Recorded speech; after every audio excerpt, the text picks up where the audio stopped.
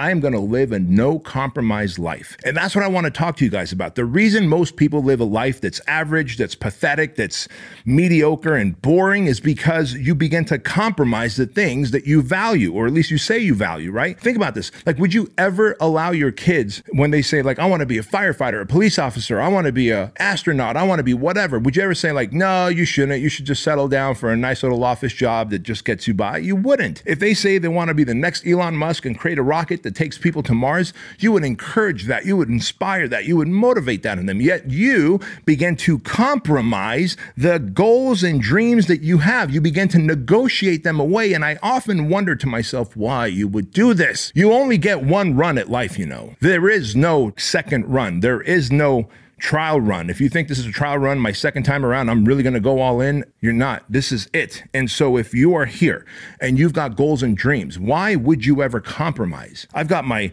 very strict rules, routines, and rituals. And because of that, I've got an awesome life. My life is very predictable, predictably awesome. And I want that for you. But if you don't have an awesome life, it's probably because you had some goals, you had some dreams, and then you go, yeah, but I got married, but I had kids, you know, bills and stuff. You get older, oh, pot belly, dad body. No, bro. Dad bod should not exist. You compromised, and therefore you allowed yourself to eat shit. You emotionally ate. You stopped working out. You prioritized TV, fake busy work, not good work, not productive work, fake busy work, because we can justify anything to procrastinate from working out or making money or pouring into our relationship. Oh man, I would have a date night with my girl, but you know, I work overtime, I work late, I work on my business late. Listen, if I parachuted into your life and I kept track of the real productive work you're doing, I would be shocked if you actually worked more than 3 hours of productive work. I have no doubt that you probably are working, doing busy work, tactically loitering 8, 9, 10, 12 hours, 13 hours, and you come home tired because, of course, I can get tired from doing non-productive busy work as well. But the reality is you are compromising.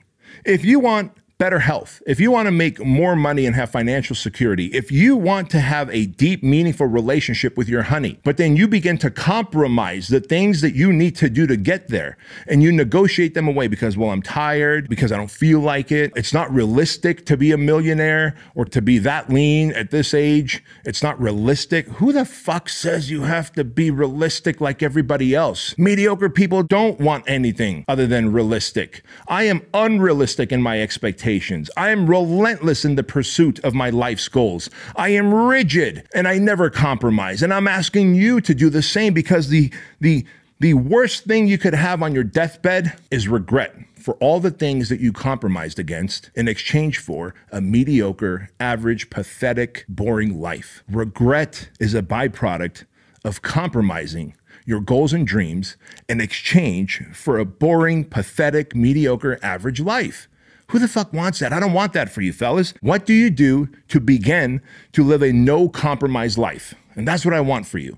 Like, I live a no compromise life. The people I surround myself with live a no compromise life. So I share this with you because if you don't compromise in your goals and dreams, you will actually be respected by the people who look up to you. You will be someone that they want to model. You will be a role model human being. But no compromise life starts with killing your soft expectations. And that's the problem. See, we all have certain standards and expectations that we fabricate, that we create for ourselves, right? We have these standards and expectations, like this is how I want to live my life. But if they are soft expectations, meaning they're pliable, that you are willing to compromise and negotiate them away, when you are late, when you are tired, when things aren't convenient, you will compromise them. When someone wants to talk you out of it, oh, come on, can't you just skip your workout? Come on. Can't you just come home early? Come on, can't you just have an extra drink?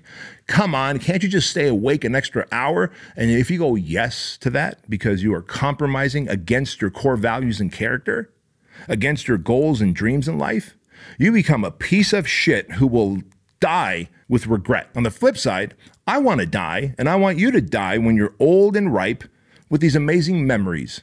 I want you to die with this like smile on your face that goes, man, I lived a life of no compromise. I lived a life that I did way more things than anyone would have expected me to do.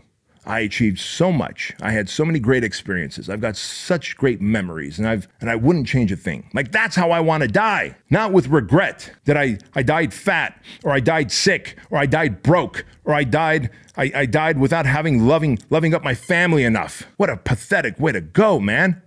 And so when you compromise on those things that matter to you in exchange for something else, you negotiate those dreams, you are making a massive mistake, my friend. So then what do? We kill soft expectations, number one. Number two, we set high standards of expectations and we make them rigid, as in no compromise life. Third thing we do is that we become unreasonable.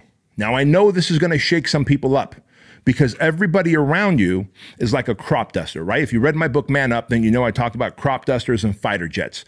Crop dusters are people who kind of, they hit the snooze button, they wake up late, they're always in a rush, they're kind of letting their emotions run their life, their thoughts, feelings, and emotions. These are the kind of men who just how they feel determines what they do. They give into their impulses. Those are crop dusters. They always just barely get by. They have this body that you look at them and you're like, fuck, bro, you look 10, 15 years older than you really are, right? Those are crop dusters. And then fighter jets are people who are like just driven, focused, have consistency, have discipline, live a life of purpose, and are passionate about what they do.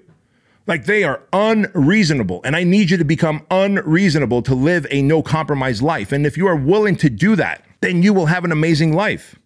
Now, I got to tell you this, that it will take way more effort than you think. Like people will begin to go like, why are you doing this? This sounds so unreasonable. This seems so rigid. This seems so out of character for who you are. Yes, it is out of character because I'm becoming 2.0, motherfucker.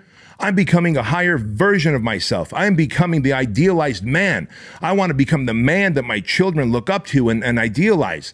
I want to become a role model. I want to be able to impact and influence and, man, inspire people. The 1.0 version of you who's crop duster is not going to do that. It is the fighter jet version of you who will do that. It is the man who does not compromise on his goals and dreams. It is the man who sticks to his core values. It is the man who draws a line in the sand and says, no matter what, I will do these things to become 2.0. And the people around you who decide that they don't jive with that, and I tell you why, they will not jive with it. When you begin to change and you begin to evolve and you become the better version of yourself, what they do is they begin to project their insecurities on you. All these motherfuckers who said that they were your friends, that they're your homies, that they're your buds, they're your coworkers, happy hour, this and that. The moment you're like, sorry guys, I'm not doing happy hour. In fact, I'm gonna leave work and go and work out. They're gonna be like, they're gonna start talking shit. Oh, look at you all healthy. Look at you. You're gonna have abs. Is that what you're gonna do? You're gonna have abs? Guess what?